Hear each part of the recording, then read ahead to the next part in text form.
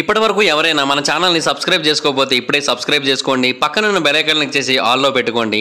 నేను పెట్టే latest videos అన్ని మిస్ అవ్వకుండా చూడొచ్చు. హాయ్ ఫ్రెండ్స్, మీరు ఎప్పుడైనా సరే 5,000 రూపాయల ప్రోడక్ట్ 250 రూపాయలకు రావడాన్ని గమనించారా? లేదు కదా. కానీ అమెజాన్, ఫ్లిప్కార్ట్ లాంటి కంపెనీస్ ఏం చేస్తూ ఉంటాయంటే కొన్ని గోల్డెన్ హవర్స్ టైంలో మెగా డీల్స్ ఇస్తూ ఉంటాయి. ఆ డీల్స్ టైంలో ఒక్కొక్క ప్రోడక్ట్ మీద 90% నుంచి 95% వరకు డిస్కౌంట్ అయితే ఉంటుంది. అయితే ఈ డీల్స్ కోసం మీరు కాన్స్టెంట్గా ఆ యాప్స్ చెక్ చేస్తూ ఉండలేదు కదా. కానీ మీకోసం నేను వాటన్నిటిని కూడా కాన్స్టెంట్గా చెక్ చేస్తూ ఉంటాను. అండ్ దాంట్లో ఎప్పుడు ఏ డీల్ పెట్టినా కూడా ఇమీడియట్గా మీకు ఆ ప్రోడక్ట్ని అయితే షేర్ చేస్తాను. మీరు ఇమీడియట్గా ప్రోడక్ట్ని పర్చేస్ చేయొచ్చు దాని నుంచే.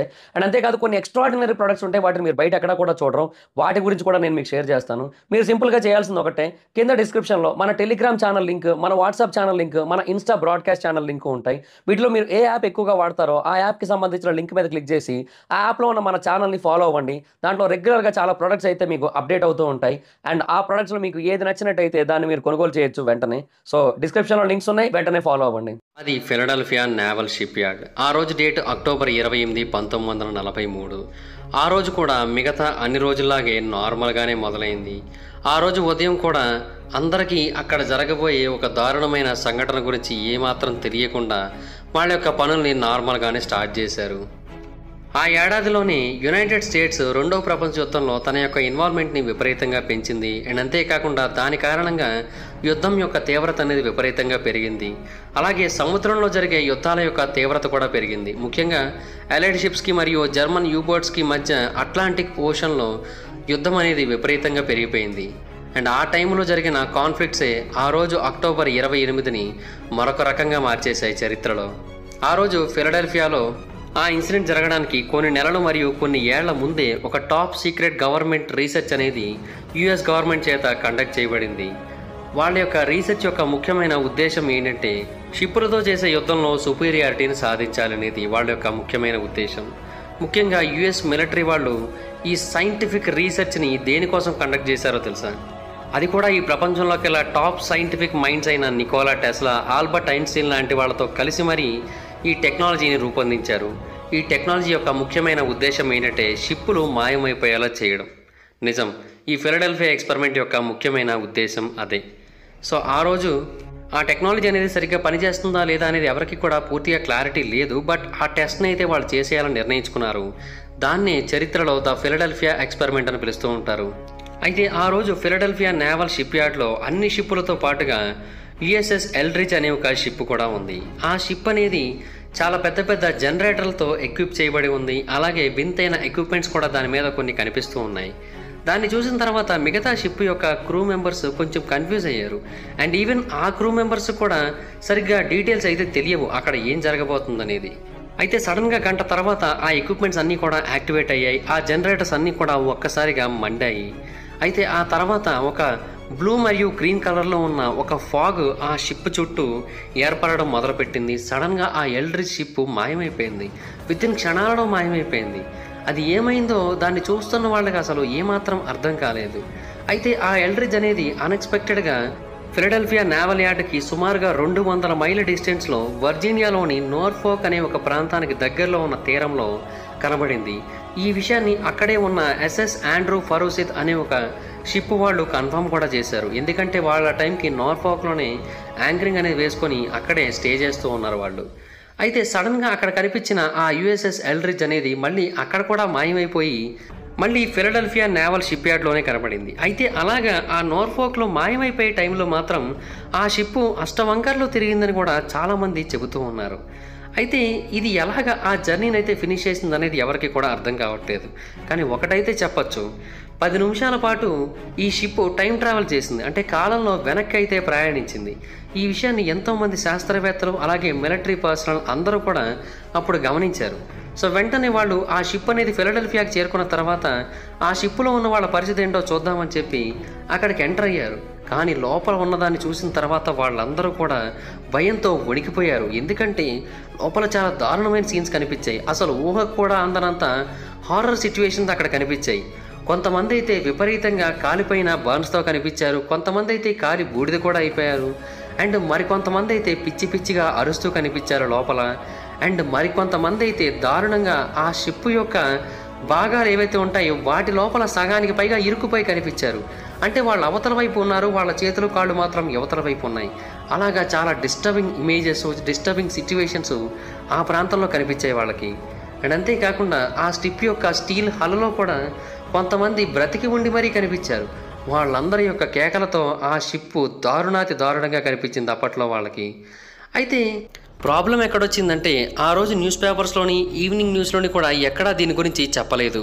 అండ్ అంతేకాకుండా ఆ రోజు ఫిలడెల్ఫియాలో ఏం జరిగింది అనే దానికి సంబంధించిన మొత్తం అన్ని రికార్డ్స్ని కూడా గవర్నమెంట్ డిలీట్ చేసేసింది. ఆ తర్వాత ఆ ప్రాజెక్ట్ మొత్తాన్ని కూడా కంప్లీట్గా ఆపేసింది. ఎవరికి కూడా దీని గురించి ఏమీ తెలియకుండా ఉండడానికి చాలా జాగ్రత్తలు అయితే పడ్డది. కానీ ఫైనల్గా కొంతమందికి దీనికి సంబంధించిన విషయాలన్నీ కూడా పూర్తిగా బయటపడ్డాయి. దాంట్లో ఒక ముఖ్యమైన వ్యక్తి ఉన్నారు. అతని పేరు మారిస్ కే జెసప్. అతను ఏంటంటే క్యూరియాసిటీని చాలా ఎక్కువగా కలిగి ఉన్న వ్యక్తి. అతను 1955లో the case for the UFO unidentified flying objects అనే ఒక పుస్తకాన్ని అయితే రాశాడు. ఆ పుస్తకంలో అతను యాంటీ గ్రావిటీ టెక్నాలజీ గురించి, ఎలక్ట్రోమాగ్నెటిజం గురించి, ప్రీహిస్టారిక్ సూపర్ సైన్స్ గురించి కూడా చాలా డీటెయిల్గా రాశాడు. ఆ పుస్తకం అప్పట్లో బాగా వైరల్ అయింది. సో అందువలన అతను అప్పట్లో ఒక పెద్ద సెలబ్రిటీ అయిపోయాడు. కాన్స్పిరసీ థియరిస్టుల్లో నెంబర్ 1 పొజిషన్కి కూడా వెళ్ళాడు అతను. అయితే 1956లో జెసోప్కి కొన్ని లెటర్స్ అయితే రావడం మొదలుపెట్టాయి. 1 కాదు 2 కాదు, సుమారుగా 50 లెటర్స్ వచ్చాయి. వాటిని రాసిన వ్యక్తి పేరు కార్ల్ ఎం ఎలెన్. ఈ ఎలెన్ అనే ఒక వ్యక్తి మాత్రం చాలా మిస్టీరియస్గా అనిపించాడు. ఎందుకంటే ఆ లెటర్స్లో ఎలెన్ ఏం చెప్పాడంటే తాను ఆ రోజు యుఎస్ఎస్ ఎల్డ్రిడ్జ్లో ఉన్న క్రూ మెంబర్స్లో ఒకడినని, ఆ రోజు ఫిలడెల్ఫియా ఎక్స్పెరిమెంట్ అనేది జరిగినప్పుడు మేమందరం కూడా చాలా దారుణమైన సిచ్యువేషన్ని ఫేస్ చేశామని, మా షిప్ ఒక ప్రాంతం నుంచి మరొక ప్రాంతానికి టైం మరియు వేరు డైమెన్షన్స్ ద్వారా టెలిపోర్ట్ అయిందని, అంటే మేమందరం కూడా ఏలియన్స్ని చూసామని, టైం ట్రావెల్ చేశామని కూడా ఆయన అయితే చెప్పడం జరిగింది. అలన్ చెప్పినవన్నీ కూడా జెసోప్కి చాలా ఆశ్చర్యాన్ని కలిగించాయి. సో జెసోప్ మరింత ఇన్వెస్టిగేషన్ అయితే చేశాడు అతని మాటల గురించి. కానీ అతనికి ఎక్కడా కూడా అలన్ గురించిన డీటెయిల్స్ అయితే దొరకలేదు. ఒక్క ఫిజికల్ ఎవిడెన్స్ కూడా దొరకలేదు. అయితే చేసేదేమీ లేక జెసోప్ ఆ కథని అక్కడతో వదిలిపెట్టేశాడు. అయితే అలన్ కూడా మేబీ ఒక క్రాక్ పాటే అయి ఉండొచ్చు అని అనుకున్నాడు. అయితే సడన్గా 1957లో జెసోప్ని యుఎస్ నేవీ వాళ్ళు కొంతమంది కాంటాక్ట్ అయ్యారు అండ్ అతన్ని వాషింగ్టన్ డీసీకి రమ్మని కోరారు. అయితే జెసోప్ వాషింగ్టన్ డీసీకి వెళ్ళాక అక్కడ హై ర్యాంకింగ్ గవర్నమెంట్ మరియు మిలిటరీ అఫీషియల్స్ అతన్ని కలిసి వాళ్ళకు వచ్చిన ఒక ప్యాకేజీని చూపించారు. ఆ ప్యాకేజీలో ఏంటంటే ఒక బుక్ ఉంది. ఆ బుక్ ఎవరితో కాదు, జెసోప్ది. అండ్ అంతేకాకుండా దాంట్లో చేత్తో రాసిన కొన్ని నోట్స్ కూడా కనిపించాయి. అవన్నీ కూడా 3 వేరు హ్యాండ్ రైటింగ్ స్టైల్స్ని అయితే కలిగి ఉన్నాయి. సో దాంట్లో ఎక్స్ట్రా టెరెస్ట్రియల్ టెక్నాలజీ గురించి, టైం ట్రావెల్ గురించి డీటెయిల్గా రాయబడి ఉంది. అయితే ఆ 3 వేరు రకాల స్టైల్స్లో రాయబడి ఉన్నప్పటికీ కూడా వాటిని చూసిన తర్వాత జెసోప్కి ఒకటైతే అర్థమైంది. అవన్నీ కూడా రాసింది కార్ల్ ఎం ఎలెన్ అని చెప్పి. ఎందుకంటే అలన్ రాసిన 50 లెటర్స్ని చూశాడు అతను. సో అతనికి అర్థమైపోయింది.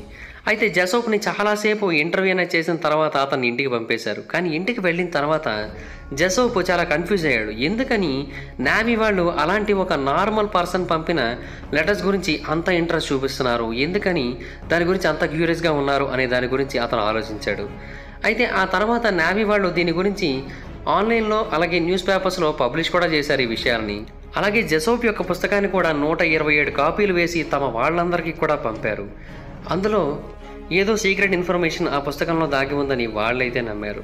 అయితే 1959లో అంటే ఎలెన్ జెసోప్ని కాంటాక్ట్ అయిన 3 ఏళ్ల తర్వాత ఊహించని రీతిలో జెసోప్ ఆత్మహత్య చేసుకొని చనిపోయాడు.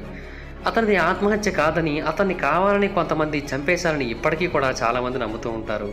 అండ్ ఇన్ఫ్యాక్ట్ ఇంకొక ఆశ్చర్యకరమైన విషయం ఏంటంటే జెసోప్ చనిపోయిన తర్వాత కూడా ఎలెన్ దీనికి సంబంధించిన లెటర్స్ని ఎంతోమందికి రాయడం మొదలుపెట్టాడు. తన ఫ్యామిలీ మెంబర్స్కి, తన యొక్క రిలేటివ్స్కి, అలాగే మరికొంతమంది అఫీషియల్స్కి, వాళ్ళందరికీ కూడా ఫిలడెల్ఫియా ఎక్స్పెరిమెంట్కి సంబంధించిన ఎక్స్పీరియన్సెస్ గురించి రాయడం మొదలుపెట్టాడు.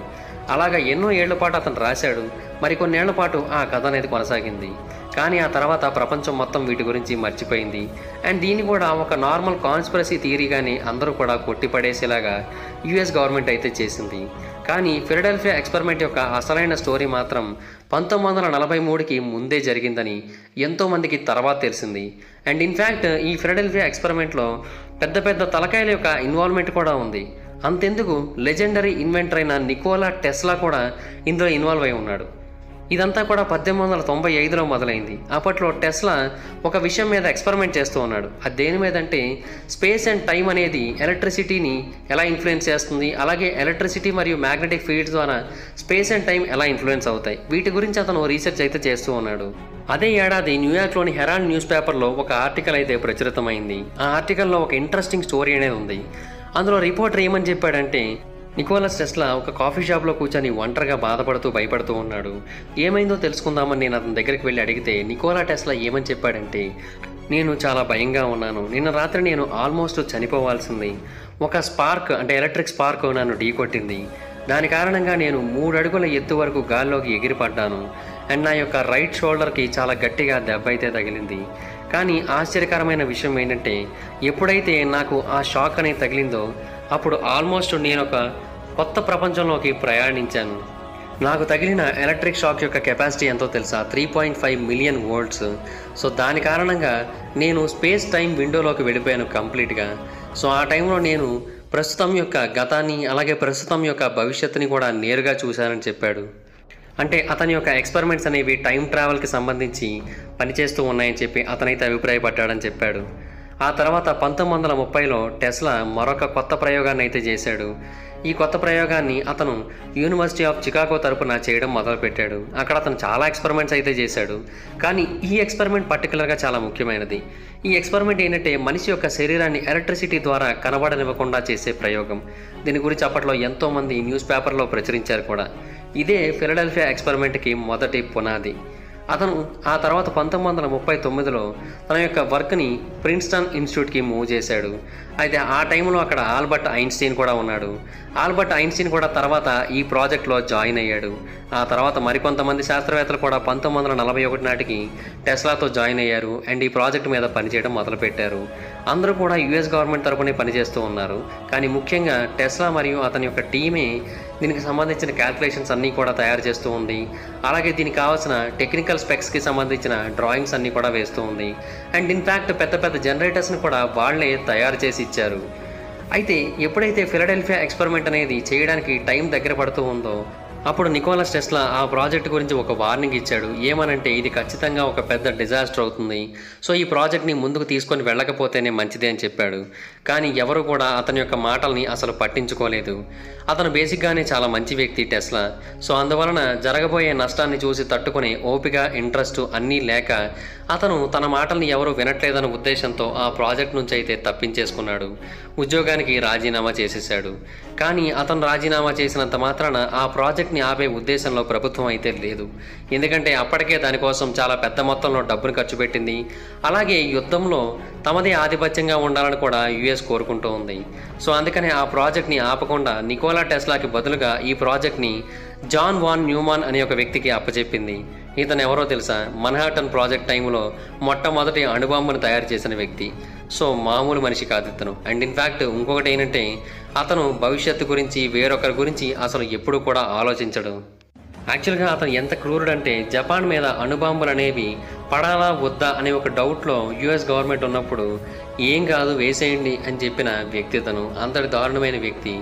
అండ్ న్యూక్లియర్ బాంబును తయారు చేయడంలో కూడా ఇతనే ప్రథమ పాత్రను పోషించాడు. అతను ఈ ప్రాజెక్ట్కి లీడర్షిప్ని తీసుకున్నాడు. ఎవరి గురించి ఆలోచించకుండా ఫిలడెల్ఫియా ఎక్స్పెరిమెంట్ అయితే 1943లో చేపట్టాడు. అదే ఏడాది నికోలస్ టెస్లా 85 ఏళ్ల వయసులో ఒక హోటల్ రూమ్లో ఒంటరిగా ఉండి చనిపోయాడు. అది కూడా మనకు అందరికీ తెలిసింది. అయితే అతను చనిపోయిన వెంటనే అతని రూమ్లోకి యుఎస్ అఫీషియల్స్ ఎంటర్ అయ్యారు. అండ్ అతనికి సంబంధించిన అన్ని నోట్స్ని అన్ని డాక్యుమెంట్స్ని కూడా కలెక్ట్ చేసేసుకున్నారు. ఎఫ్బిఐ వాళ్ళు వాటిని పూర్తిగా తమ దగ్గరే దాచారు. వాటిలో కొన్ని ఆన్ గోయింగ్ రీసెర్చ్లకు సంబంధించిన డీటెయిల్స్ ఉన్నాయని, వాటి గురించి ఎవరికి కూడా తెలియకూడదన్న ఉద్దేశంతోనే వాటిని మోస్ట్ సీక్రెట్ ఇన్ఫర్మేషన్గా ఉంచామని, టెస్లా యొక్క వర్క్స్ అన్నీ కూడా మోస్ట్ సీక్రెటే అని ఎఫ్బిఐ చెప్పింది. ఆ తర్వాత అవన్నీ కూడా వాళ్ళ దగ్గరే ఉంచారు. కానీ 1952లో ఒక కోర్టు కేసు వచ్చింది. టెస్లా యొక్క ఆస్తుల మీద తనకి హక్కు ఉందని, అలాగే టెస్లాకి చెందిన అన్ని డాక్యుమెంట్స్ మీద కూడా తనకి హక్కు ఉందని, సో టెస్లా దగ్గర నుంచి కలెక్ట్ చేసిన పేపర్స్ ఏవైతే ఉన్నాయో వాటన్నిటినీ కూడా నాకు తిరిగి ఇవ్వాలని కోరింది. ఎఫ్బిఐ కోర్టు తీర్పుకి అనుగుణంగానే 80 బాక్సుల్ని కలెక్ట్ చేసుకున్నప్పటికీ కూడా 60 బాక్సుల్ని రికవరీ చేసింది. కానీ ఆ 20 బాక్సుల్ని మాత్రం అసలు ఇవ్వదలుచుకోలేదని చెప్పేసింది. మరి ఆ 20 బాక్సులలో ఏముంది? అత్యంత సీక్రెట్ ఇన్ఫర్మేషన్ అని అందరూ ఫీల్ అవుతున్న ఆ 20 బాక్సులలో దేనికి సంబంధించిన డీటెయిల్స్ అయితే ఉన్నాయి. కొంతమంది ఏమని చెప్తారంటే టెస్లా అప్పట్లో డెత్ రే గురించి పనిచేస్తూ ఉన్నాడని, అది కూడా యుఎస్ గవర్నమెంట్ యొక్క మోస్ట్ ఇంపార్టెంట్ ప్రాజెక్ట్ అని. సో దాని గురించి కూడా అందులో డీటెయిల్స్ ఉన్నాయి కాబట్టి ఆ డీటెయిల్స్ బయటకు రాకూడదన్న ఉద్దేశంతో ఆ డీటెయిల్స్ ఏవి కూడా టెస్లా నెప్యూకి ఇవ్వలేదని కూడా చెబుతున్నారు. మరికొంతమంది ఏమంటారంటే ఫిలడెల్ఫియా ఎక్స్పెరిమెంట్కి సంబంధించిన డీటెయిల్స్ అన్నీ కూడా అందులోనే ఉన్నాయని, టెస్లా యొక్క వార్నింగ్స్కి సంబంధించిన అన్ని విషయాలు కూడా అందులోనే ఉన్నాయని. సో అవి బయటకు వచ్చినట్టయితే ఫిలడెల్ఫియా ఎక్స్పెరిమెంట్కి సంబంధించిన మొత్తం వివరాలు బయటకు వచ్చి యుఎస్ ప్రభుత్వం యొక్క పరువు పోతుందన్న ఉద్దేశంతో ఆ డీటెయిల్స్ ఏవి కూడా బయటికి రానివ్వట్లేదని, అవి బయటకు వస్తే ఈవెన్ ప్రభుత్వాలు ఆర్మీలే కూలిపోయే అవకాశం ఉందని కూడా చెబుతూ ఉన్నారు. కానీ ఇప్పటికీ కూడా అందులో ఏముందో ఎవరికి కూడా పూర్తిగా తెలియట్లేదు. కానీ ఆ తర్వాత ఫిలడెల్ఫియా ఎక్స్పెరిమెంట్కి సంబంధించిన ఊహించని విషయం ఒకటి బయటపడింది. అదేంటంటే పురాతన కాలం నాటి స్క్రిప్చర్స్ని అలాగే పురాతన కాలం నాటి స్టోరీస్ని కనుక మనం అబ్జర్వ్ చేసినట్టయితే టైం ట్రావెల్కి సంబంధించిన ఎన్నో ఇంట్రెస్టింగ్ స్టోరీస్ అనేవి మనకు కనిపిస్తూ ఉంటాయి. హెబ్యూ ట్రెడిషన్స్లో మనకి ఒక స్టోరీ అనేది కనిపిస్తూ ఉంటుంది. జెరమయా అనే ఒక ప్రాఫెట్ అబీమెలెచ్ అనే ఒక యువకుడితో కలిసి నివసిస్తూ ఉంటాడు. అయితే ఒకరోజు జెరమయా అబీమెలెచ్ని పిలిచి, నువ్వేం చేస్తావంటే ఆ కొండ మీదకి వెళ్ళు, అక్కడ నీకు కొన్ని అత్తిపళ్ళు కనిపిస్తాయి, ఆ అత్తిపళ్ళని మన ఇద్దరికి సరిపడేటన్ని పట్టుకురా అని అన్నాడు. ఆ అబ్బాయి అలాగే అని చెప్పి ఆ కొండ మీదకి వెళ్ళి చాలా వరకు ఫ్రెష్ అత్తిపళ్ళని కలెక్ట్ చేసుకున్నాడు. అయితే సడన్గా ఆ కొండ మీద అతనికి ఏదో ఒక వింతైన శబ్దం వినబడింది. అండ్ అంతేకాకుండా విపరీతంగా గాలుడు కూడా వీయడం అనేది మొదలుపెట్టింది. ఆ తర్వాత ఎందుకనో అతను స్పృహను కూడా కోల్పోయాడు ఆ టైంకి. అయితే మళ్ళీ స్పృహలోకి వచ్చి చూసేసరికి ఉదయం కాస్త సాయంత్రం అయిపోయింది. ఆ అబ్బాయి ఏం చేయాలో అర్థం కాక, ఏం జరిగిందో తెలియక వెంటనే కొండ మీద నుంచి కిందకు పరిగెట్టాడు. అయితే అంతకుముందు ఎప్పుడు కూడా కిందన అతను ఇళ్లను చూడలేదు, పెద్ద పెద్ద భవంతులని చూడలేదు. కానీ ఇప్పుడు మాత్రం అతనికి ఆ భవంతులు కనిపిస్తూ ఉన్నాయి. అండ్ అంతేకాకుండా ఎంతోమంది సైనికులు కూడా ఆ ప్రాంతంలో గస్తీ కాస్తూ కనిపించారు అతనికి ఏం జరిగిందో అర్థం కాక జెరమయ్య ఏమయ్యాడంటూ అందరినీ కూడా అడగడం మొదలుపెట్టాడు. అయితే అక్కడే ఉన్న ఒక 94 ఏళ్ల వృద్ధుడు మాత్రం ఆ అబ్బాయి దగ్గరికి వచ్చి, బాబు నువ్వు జెరమయ్య గురించి అడుగుతున్నావేంటి? అదంతా కూడా 62 సంవత్సరాల క్రితం నాటి కథ. జెరమయ్య 62 ఏళ్ల క్రితమే చనిపోయాడు కదా, నువ్వేంటి ఇప్పుడు అడుగుతున్నావు అని అడిగాడు. యాక్చువల్గా ఈ కథ మనకి టైం ట్రావెల్ గురించి చాలా డీటెయిల్గా తెలియజేస్తూ ఉంది. ఇది మనకు తెలిసిన ఒక పురాతన కాలం నాటి సివిలైజేషన్కి చెందిన కథ. అండ్ అంతేకాకుండా టైం ట్రావెల్ గురించి డీటెయిల్గా మెన్షన్ చేయబడింది. అంటే ఆ అబ్బాయి 62 ఏళ్ల పాటు ఇంకా ఎక్కువే టైం ట్రావెల్ చేశాడనమాట. అలాగే మరికొన్ని రిలీజియస్ ట్రెడిషన్స్లో కూడా మనకి ఒక స్టోరీ అనేది కనిపిస్తూ ఉంటుంది. అది 7 స్లీపర్స్ లేదంటే ఆల్టర్నేటివ్గా ద కేవ్ ఆఫ్ ఆల్కాఫ్ అనే ఒక స్టోరీ అనేది కనిపిస్తూ ఉంటుంది. ఈ స్టోరీలో భాగంగా కొంతమంది యువకులు ఒక గుహలో తలదాచుకుంటూ ఉంటారు, అది కూడా బయట జరుగుతున్న హింస నుంచి తప్పించుకోవడం కోసం. అయితే వాళ్ళందరూ కూడా ఆ గుహలోకి వెళ్ళింది 250 CEలో. అయితే వాళ్ళందరూ కూడా ఆ గుహలోంచి బయటకు వచ్చేసరికి వాళ్ళకే తెలియకుండా 300 ఏళ్ల పాటు గడిచిపోయాయి. సో ఇది ఒక స్టోరీ. ఇలాంటివి చాలా చోట్ల మనకు కనిపిస్తూ ఉంటాయి, చాలా వింతగా కూడా అనిపిస్తూ ఉంటాయి ఈ స్టోరీస్ అన్నీ కూడా మనకి. అలాగే ఈ మధ్య కాలంలో అంటే మోడర్న్ హిస్టరీలో లార్డ్స్బర్గ్ అనే ఒక టౌన్ ఉంది న్యూ మెక్సికోలో. అక్కడ లార్డ్స్బర్గ్ డోర్ అనే ఒక డోర్ ఉందని కూడా చాలామంది లోకల్ ప్రజలు నమ్ముతూ ఉంటారు. ఆ డోర్ అనేది ఒక అడవిలో ఉందని, ఆ అడవిలో ఉన్న ఆ డోర్ అనేది స్పేస్ మరియు టైంని కనెక్ట్ చేసే ఒక పోర్టల్ అని కూడా చాలామంది అభిప్రాయపడుతూ ఉంటారు. అండ్ దాని కారణంగా ఎంతోమంది ఆ ప్రాంతం నుంచి వేరే డైమెన్షన్స్లోకి అలాగే వేరు కాలాల్లోకి టైం ట్రావెల్ అనేది చేశారని కూడా నమ్ముతూ ఉంటారు. అండ్ ఇంకోటి ఏంటి, ఎన్నో దశాబ్దాలుగా UFOలకి సంబంధించిన ఎన్నో స్టోరీస్ కూడా మనకి ఆ ప్రాంతంలో కనిపిస్తూ వచ్చాయి. అండ్ ఇన్ఫ్యాక్ట్ ఆ డోర్కి దగ్గరలో ఒక పెద్ద చెట్టు యొక్క మొదలు అనేది కనిపిస్తూ ఉంటుంది. ఆ మొదలు అనేది చూడడానికి ఎలా కనిపిస్తుందంటే మనిషి యొక్క లెగ్ బోన్లా అనిపిస్తూ ఉంటుంది. అంటే ఎవరో ఒక వ్యక్తి దాని లోపలికి అడుగుపెట్టి ఆ తర్వాత అక్కడే ట్రాప్ అయిపోయి అతని యొక్క కాలు అనేది అక్కడే ఉండిపోయి చెట్టులా కనిపిస్తుందని కూడా కొంతమంది అభిప్రాయపడుతూ ఉంటారు. అయితే ఒకసారి మీరు అబ్జర్వ్ చేయండి, ఫిలడెల్ఫియా ఎక్స్పెరిమెంట్లో USS ఎల్డ్రిడ్జ్లో ఉన్న కొంతమంది క్రూ మెంబర్స్ యొక్క బాడీలోని కొన్ని పార్ట్స్ అనేవి మిస్ అయ్యాయి.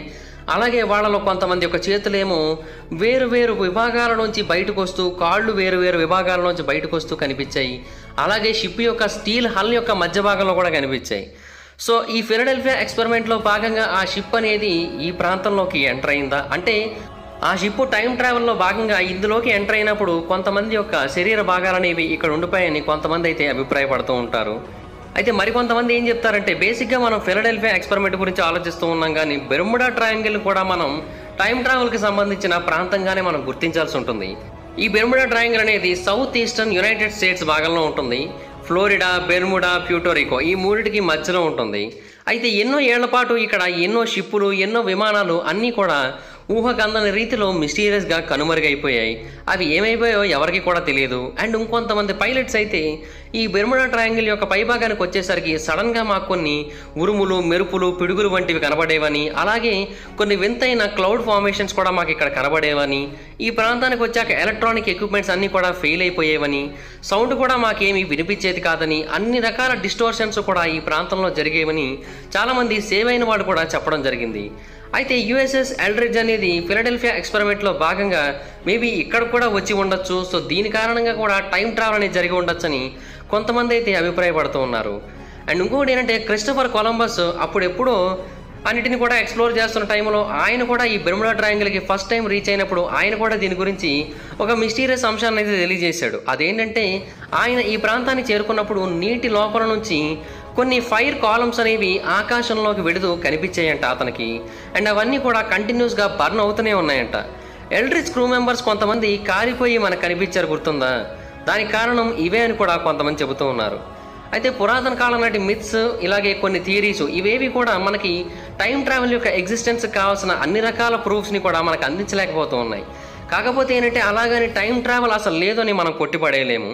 అయితే ఆ టైంలో మనకు కొన్ని వింతైన ఆర్టిఫాక్ట్స్ అనేవి కనబడుతూ ఉంటాయి.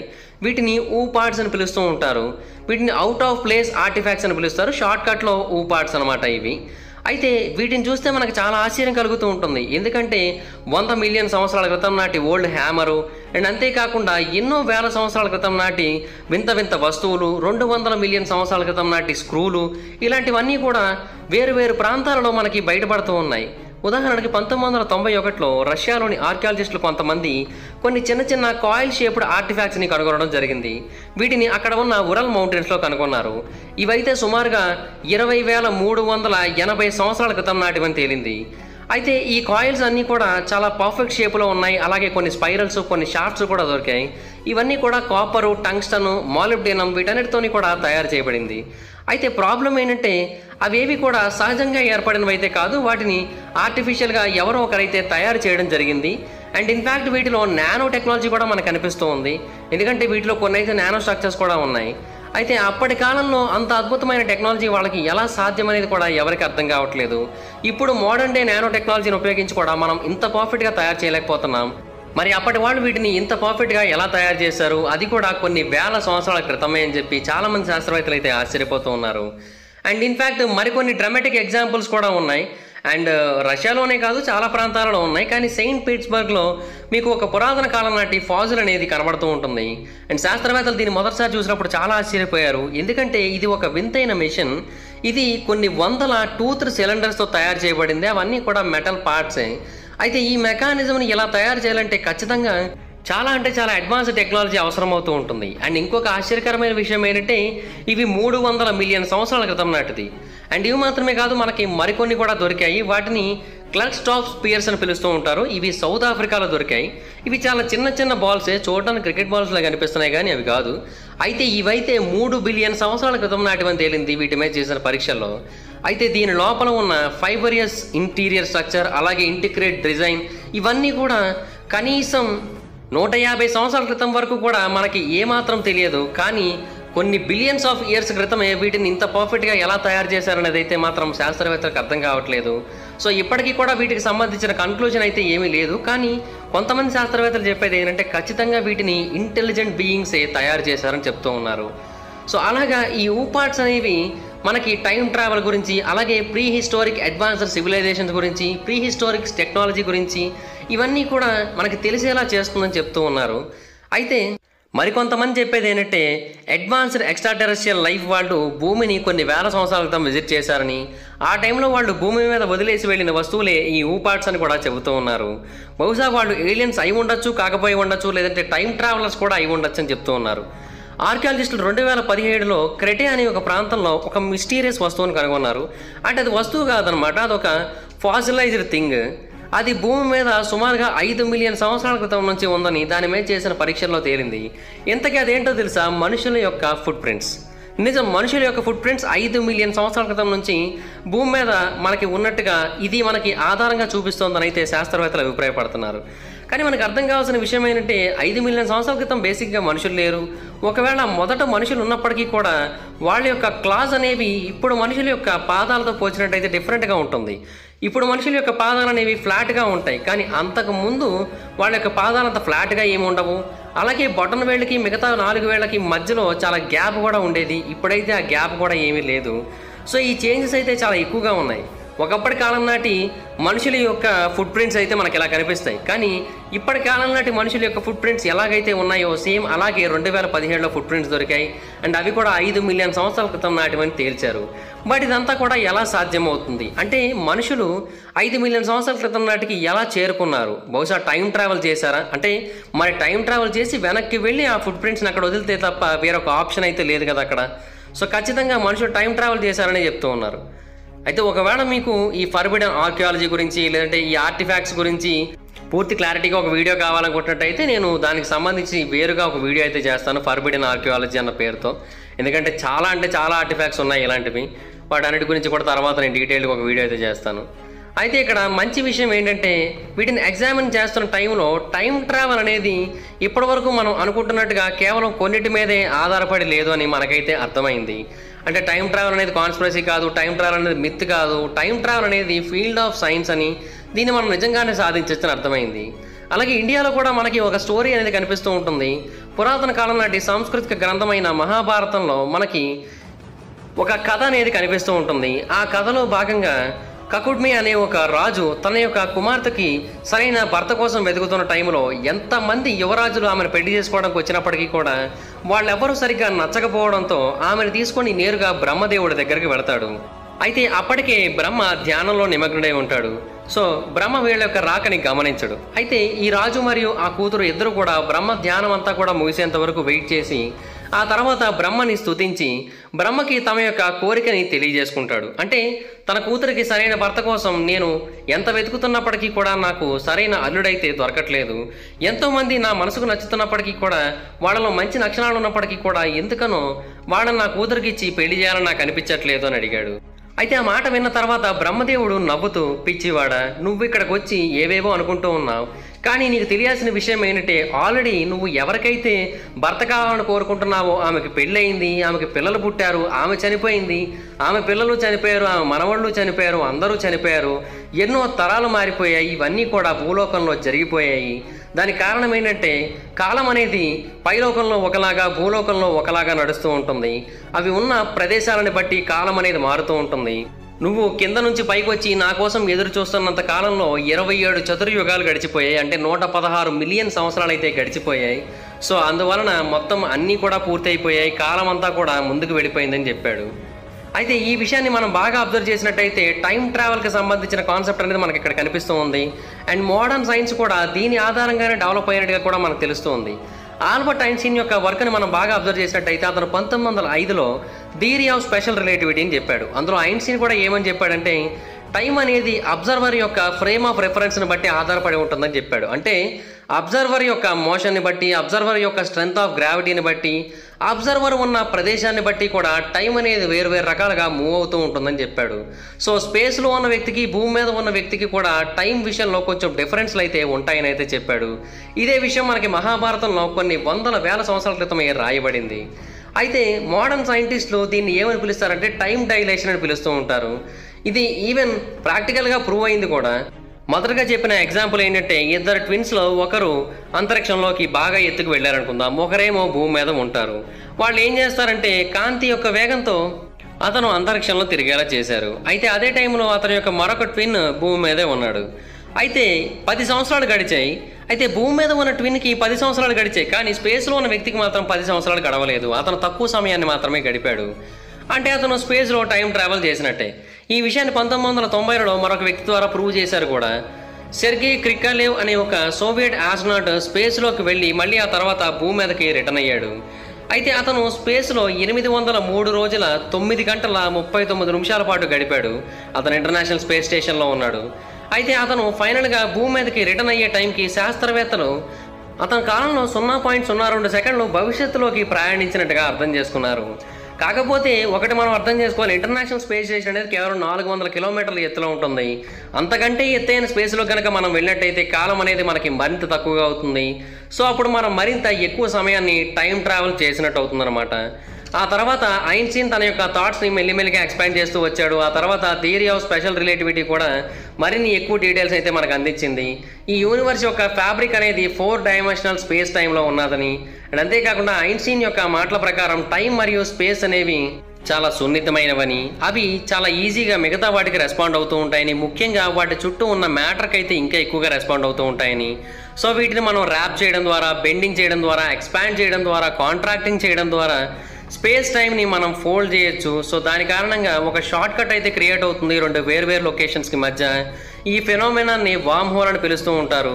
అంటే సింపుల్గా చెప్పాలంటే 2 వేర్వేరు ఎండ్స్కి మధ్య ఒక టన్నల్ని క్రియేట్ చేయడం అనమాట. అయితే ఈ 2 వేర్వేరు పాయింట్స్ కూడా స్పేస్ టైంతో కనెక్ట్ అయి ఉంటాయి. సో అలాగా మనం టైం ట్రావెల్ అయితే చేయొచ్చని చెప్పారు. ఐన్స్టీన్ జనరల్ మరియు స్పెషల్ థియరీ ఆఫ్ రిలేటివిటీస్లో మనకు అందరికీ కూడా సైన్స్కి సంబంధించిన ఎన్నో విషయాలు చెప్పారు. అలాగే టైం ట్రావెల్కి సంబంధించిన ఎన్నో అద్భుతమైన విషయాలను అయితే మనకు తెలియజేశారు. ఎందుకంటే 1900 మొదట్లో మనకి ఈ టైం ట్రావెల్ గురించి ఇన్ని డీటెయిల్స్ అయితే తెలియవు. ఐన్స్టీన్ వచ్చిన తర్వాతే మనకి ఈ డీటెయిల్స్ అన్నీ కూడా తెలుస్తాయి.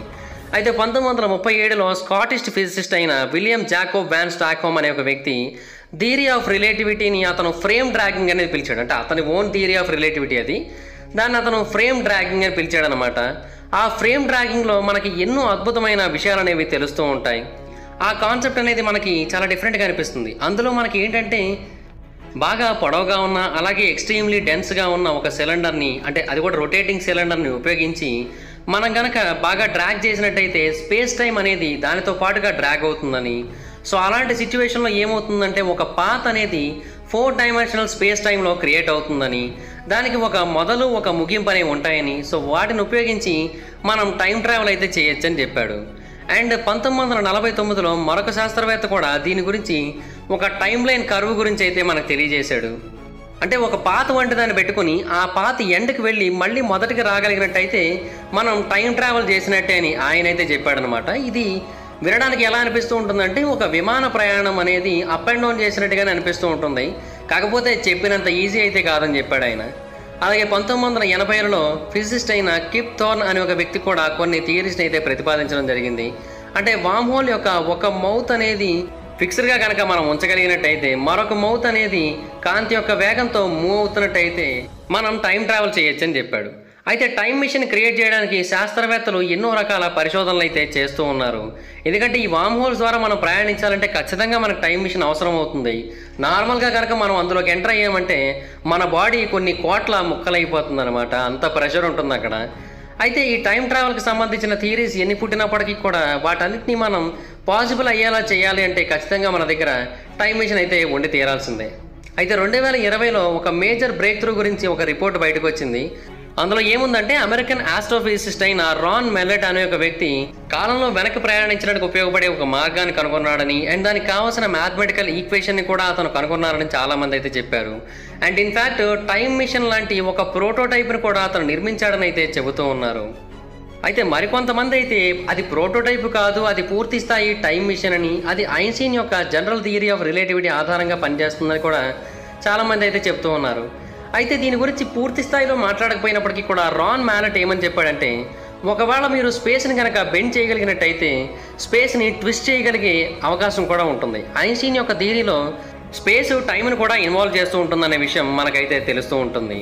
సో అందుకనే దాన్ని స్పేస్ టైం అని పిలుస్తూ ఉంటారు. సో స్పేస్కి ఏదైతే జరుగుతుందో అది ఆటోమేటిక్గా టైంకి కూడా జరుగుతుందని ఆయన అయితే చెప్పాడు. రాన్ మ్యాలెట్ యొక్క ప్రోటోటైప్ లేదంటే టైం మిషన్ ఏం చేస్తుందంటే లేజర్స్ని ఉపయోగించి ఒక సర్క్యులేటింగ్ బీమ్ ఆఫ్ లైట్ని ప్రొడ్యూస్ చేస్తూ ఉంటుందన్నమాట. సో అప్పుడు ఆ రింగ్లో ఉన్న స్పేస్ ఏదైతే ఉంటుందో అది ట్విస్ట్ అవుతుందన్నమాట. అంటే కప్పులో ఉన్న కాఫీ అనేది ఎలాగైతే ట్విస్ట్ అవుతూ ఉంటుందో మన స్పూన్తో తిప్పినప్పుడు అలాగా ట్విస్ట్ అవుతూ ఉంటుందన్నమాట. సో ఆ టైంలో దానికి అవసరమైనంత లేజర్ ఇంటెన్సిటీని ఇవ్వడం వల్ల ఒక చిన్న స్పేస్ని అయితే అది క్రియేట్ చేయగలుగుతూ ఉంటుంది. సో అలాగే స్పేస్లో కూడా మనం కొంత ఎంప్టీ స్పేస్ని అయితే క్రియేట్ చేయొచ్చు. ఎప్పుడైతే స్పేస్ ఎంప్టీ అవుతుందో అప్పుడు టైం కూడా ఒక ఎంప్టీగా మారిపోయి ఒక లూప్లా మారిపోతుంది. సో స్పేస్ని మనం చాలా స్ట్రాంగ్గా కనుక ట్విస్ట్ చేయగలిగినట్టయితే ఖచ్చితంగా టైం విషయంలో కూడా ఒక లూప్ అయితే ఏర్పడుతుంది. అండ్ ఆ లూప్ అనేది టైం ట్రావెల్ చేయడానికి ఉపయోగపడుతుందని రాన్ మ్యాలెట్ అయితే అభిప్రాయపడ్డాడు. కాకపోతే ఇదంతా కూడా గతంలోకి ప్రయాణించడానికి ఉపయోగపడుతుందని అయితే అతను చెప్పాడు. అయితే మరొక ఆసక్తికరమైన విషయం ఏంటంటే రాన్ మ్యాలెట్ తన యొక్క ప్రోటోటైప్ని లాంచ్ చేస్తున్న టైంలో చాలామంది అసలు మీకు ఈ రీసెర్చ్ అనేది చేయడానికి ఇన్స్పిరేషన్ ఏంటి, మోటివేషన్ ఏంటి అని అడిగితే అతను ఏం చెప్పాడో తెలుసా? నాకు 11 ఏళ్ల వయసులో ఉన్నప్పుడు నేను ఒక పుస్తకాన్ని చదివాను. ఆ పుస్తకం నా జీవితాన్ని కంప్లీట్గా మార్చేసిందని చెప్పాలి. ఆ పుస్తకాన్ని రాసిన వ్యక్తి పేరు హెచ్జి వెల్స్. ఆ పుస్తకం పేరు ద టైమ్ మిషన్. దీన్ని అతను 1895లో రాశాడనమాట. అందులో టైమ్ మిషన్ గురించి డీటెయిల్గా రాయబడి ఉంటుంది. బేసిక్గా అదొక సైన్స్ ఫిక్షన్ మూవీ. అయితే కాలం అనేది చాలా వరకు మారిపోతూ వచ్చింది. ఇప్పుడు మూవీస్లో, టెలివిజన్ షోస్లో అన్నిట్లోని కూడా టైమ్ మిషన్ గురించి చాలా అడ్వాన్స్డ్గా చూపిస్తూ ఉన్నారు. కానీ ఒక హై లెవెల్ థింకర్ అంటే రాన్ మ్యాలెట్ లాంటి వ్యక్తి కూడా ఒక పుస్తకాన్ని చూసి ఇన్స్పైర్ అయ్యాడంటే మీరు అర్థం చేసుకోవచ్చు టైం మిషన్కి సంబంధించిన కాన్సెప్ట్లు అనేవి మన చుట్టూనే ఉన్నాయి. కాకపోతే మనకు అవి సరిగ్గా అర్థం కావట్లేదు అంతే. ఒకవేళ వాటిని కనుక మనం పూర్తిగా అర్థం చేసుకోగలిగినట్టయితే మనం కూడా టైం ట్రావెల్కి సంబంధించిన ఎన్నో రీసెర్చ్లను అయితే చేయొచ్చని చాలామంది అయితే చెబుతూ ఉన్నారు.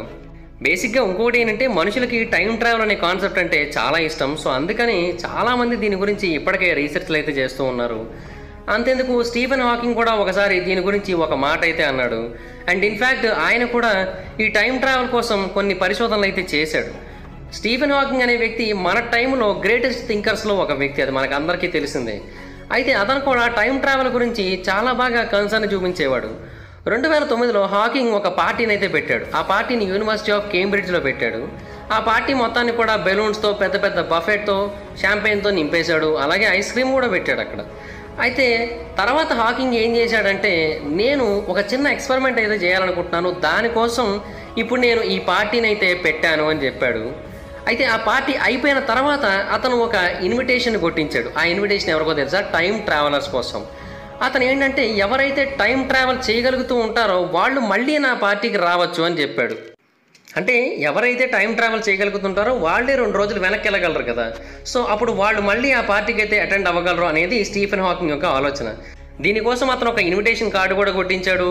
ఆ డీటెయిల్స్ అన్నీ కూడా మెన్షన్ చేశాడు. హోస్ట్ గురించి రాశాడు, అడ్రస్ రాశాడు, ఈవెన్ లొకేషన్ కూడా పెట్టాడు. అంటే లాటిట్యూడ్, లాంగిట్యూడ్ అన్నీ పెట్టాడు, టైం పెట్టాడు. ఇలాగా అన్నిటి గురించి కూడా ఆ ఇన్విటేషన్ కార్డులో అయితే మెన్షన్ చేశాడు. తర్వాత స్టీఫెన్ హాకింగ్ ఈ ఇన్విటేషన్స్ని మొత్తం ప్రపంచం మొత్తానికి పంపించాడు. ఎవరైనా ఒక్కరైనా రాకపోతారా అని ఎదురు చూశాడు. కానీ స్టీఫెన్ హాకింగ్ యొక్క ఇన్విటేషన్ టైం ట్రావెలర్స్కి అందలేదనుకుంటా. బహుశా ఎవరు కూడా ఆయన యొక్క పార్టీకి అయితే రాలేదు. ఆయన తన యొక్క చేతిలో షాంపైన్ గ్లాస్ అలాగే పట్టుకొని కూర్చున్నాడు. కానీ ఎవరు కూడా ఆయన దగ్గరికి అయితే రాలేదు. ఆ షాంపైన్ వేస్ట్ అయిపోవడం ఎందుకులేని ఆయన పక్కన అసిస్టెంట్కి ఇచ్చాడు. అంటే ఇంకేం చేస్తారులేండి, వేస్ట్ అయిపోతుంది కదా, అందుకే అసిస్టెంట్కి ఇచ్చాడు అనుకుంటున్నాను నేను. ఏం చేశాడో నాకు తెలీదు. కానీ ఆయన ఏమనుకున్నాడంటే ఈ పార్టీ ద్వారా టైం ట్రావెల్ ఇన్ఫర్మేషన్ని, వామ్ హోల్ ఇన్ఫర్మేషన్ని, టైం మిషన్ ఇన్ఫర్మేషన్ మొత్తాన్ని కూడా తెలుసుకోవాలనుకున్నాడు. కానీ అదైతే మాత్రం సాధ్యపడలేదు స్టీఫెన్ హాకింగ్కి. స్టీఫెన్ హాకింగ్ యొక్క ఆలోచన ఆ రోజైతే వేస్ట్ అయిపోయింది. అయితే ఇప్పటికీ కూడా టైం మిషన్, టైం ట్రావెల్ ఇవన్నీ నిజంగానే ఉండే అవకాశం ఉందని చాలామంది నమ్ముతూ ఉంటారు. బట్ వాళ్ళకు కొంతమంది అడిగే ప్రశ్న ఏంటంటే, ఒకవేళ నిజంగా టైం ట్రావెలే కనుక ఉన్నట్టయితే ఎందుకని ఎవరైనా సరే కాలంలో వెనక్కి వెళ్ళి లాటరీలు గెలుచుకోవడం, మిలీనియర్స్ అవ్వడం ఇలాగ జరగదు అని అడుగుతూ ఉంటారు. అయితే అలాంటి వాళ్ళ కోసం మరికొంతమంది ఒక ఇంట్రెస్టింగ్ స్టోరీని కూడా చెప్తూ ఉంటారు. యాక్చువల్గా అతను ఎంత అంటే ఒకే ఒక రోజులో లాటరీ కంటే ఎక్కువ డబ్బును సంపాదించాడు, అది స్టాక్ మార్కెట్లో. ఈ ఇన్సిడెంట్ జరిగింది మార్చి 2003న. అయితే FBI వాళ్ళు అతను అరెస్ట్ చేశారు కూడా. అతను ఒక 44 ఏళ్ల వయస్కుడు. అతని పేరు ఆండ్రూ కార్ల్సన్. అయితే అతను కేవలం $800 పెట్టుబడి పెట్టి స్టాక్ మార్కెట్లో కేవలం 2 వారాల కాలంలోనే $350 మిలియన్ సంపాదించాడు. సో సహజంగానే అతని మీద అథారిటీస్ యొక్క కన్ను అయితే పడింది. సో అతన్ని వెంటనే అరెస్ట్ అయితే చేశారు. అయితే 4 గంటల పాటు FBI వాళ్ళతో అతను మాట్లాడి అతను చెప్పిన డీటెయిల్స్ అన్ని విన్న తర్వాత FBI వాళ్ళకి చాలా ఆశ్చర్యం అనేది కలిగింది. ఎందుకంటే అతను నార్మల్ ఇన్సైడర్ ట్రేడర్ ఏమీ కాదు. అతను 126 హై రిస్క్ ట్రేడ్స్ అయితే చేశాడు. అండ్ అవన్నీ కూడా అతనికి చాలా పెద్ద మొత్తంలో లాభాలు వచ్చేలా చేశాయి.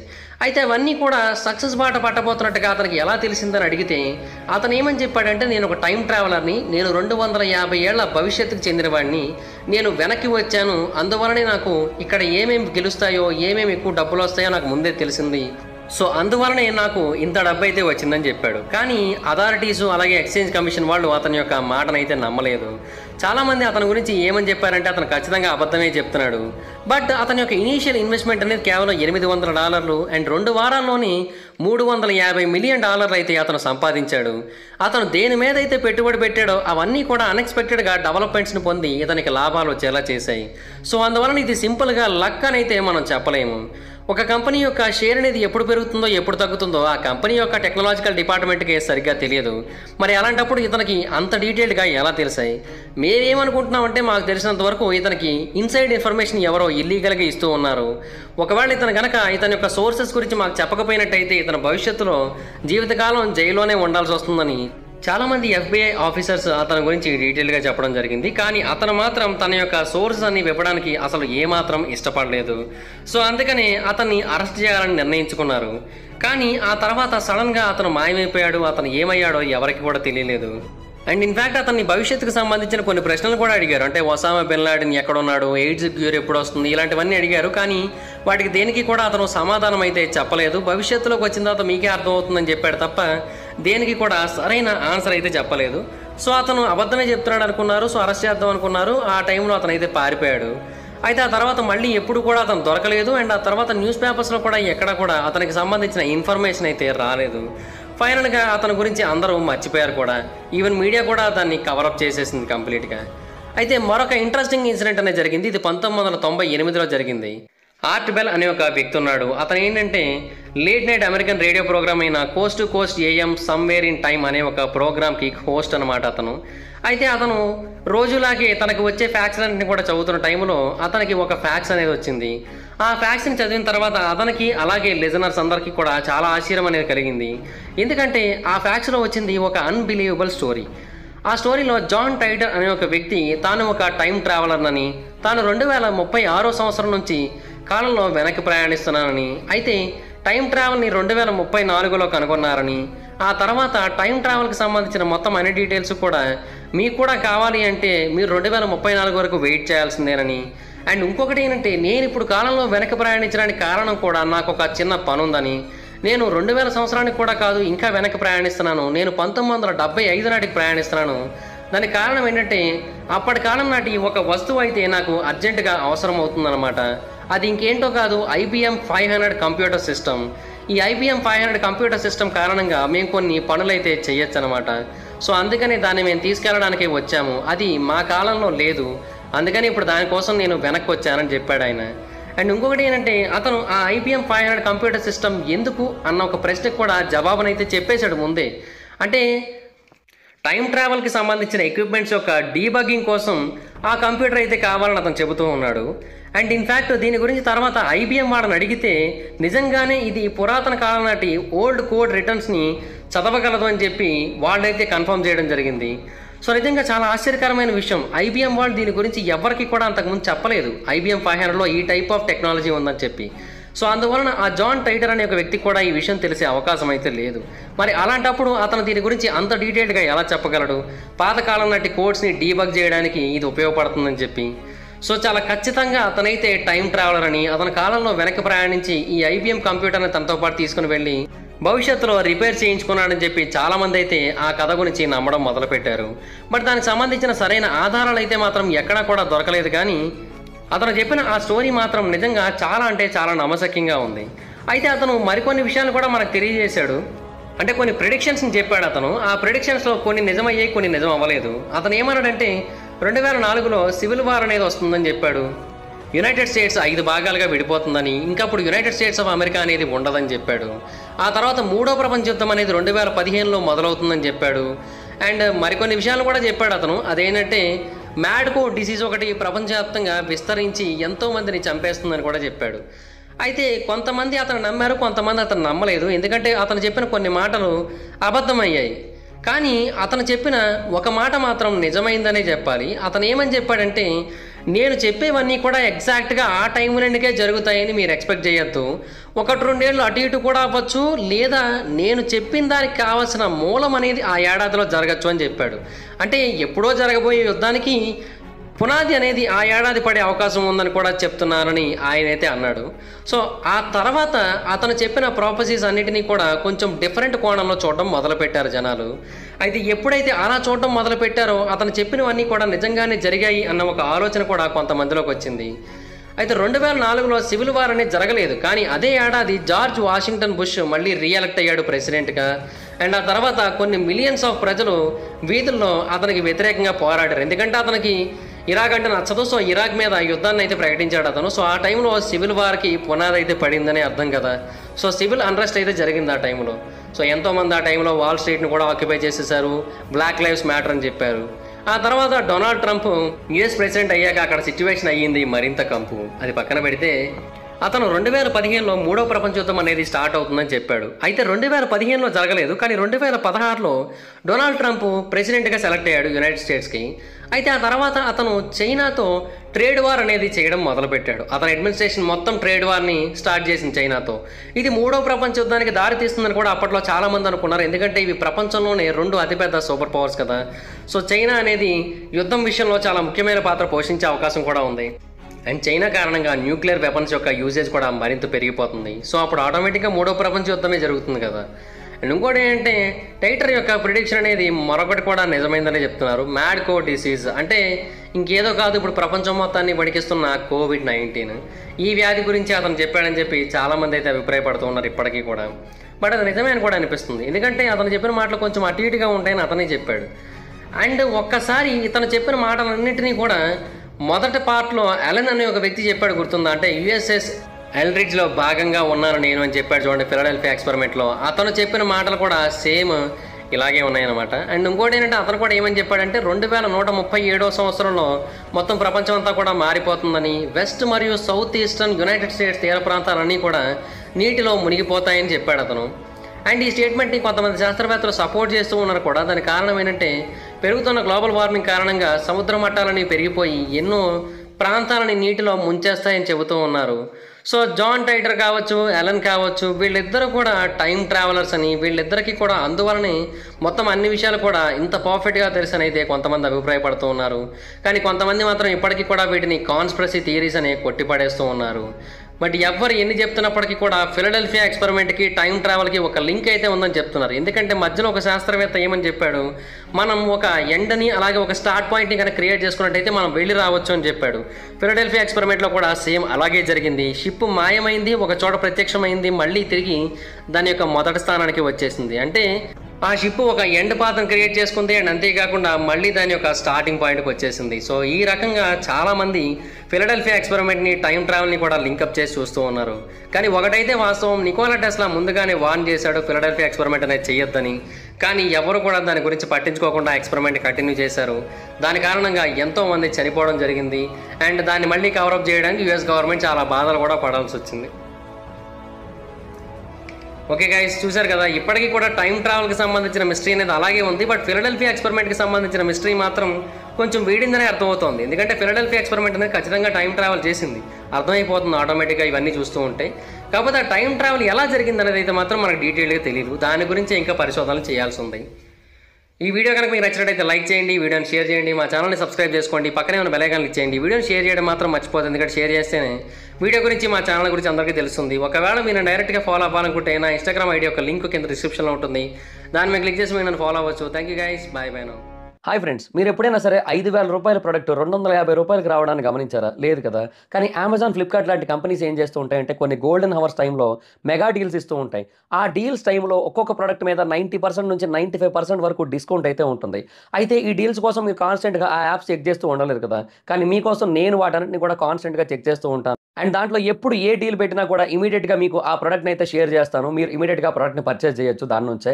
అండ్ అంతేకాదు కొన్ని ఎక్స్ట్రాడినరీ ప్రొడక్ట్స్ ఉంటాయి, వాటిని మీరు బయట ఎక్కడ కూడా చూడరు. వాటి గురించి కూడా నేను మీకు షేర్ చేస్తాను. మీరు సింపుల్గా చేయాల్సింది ఒకటే, కింద డిస్క్రిప్షన్లో మన టెలిగ్రామ్ ఛానల్ లింక్, మన వాట్సాప్ ఛానల్ లింక్, మన ఇన్స్టా బ్రాడ్కాస్ట్ ఛానల్ లింక్ ఉంటాయి. వీటిలో మీరు ఏ యాప్ ఎక్కువగా వాడతారో ఆ యాప్కి సంబంధించిన లింక్ మీద క్లిక్ చేసి ఆ యాప్లో ఉన్న మన ఛానల్ని ఫాలో అవ్వండి. దాంట్లో రెగ్యులర్గా చాలా ప్రొడక్ట్స్ అయితే మీకు అప్డేట్ అవుతూ ఉంటాయి. అండ్ ఆ ప్రొడక్ట్స్లో మీకు ఏది నచ్చినట్టయితే దాన్ని మీరు కొనుగోలు చేయొచ్చు వెంటనే. సో డిస్క్రిప్షన్లో లింక్స్ ఉన్నాయి, వెంటనే ఫాలో అవ్వండి.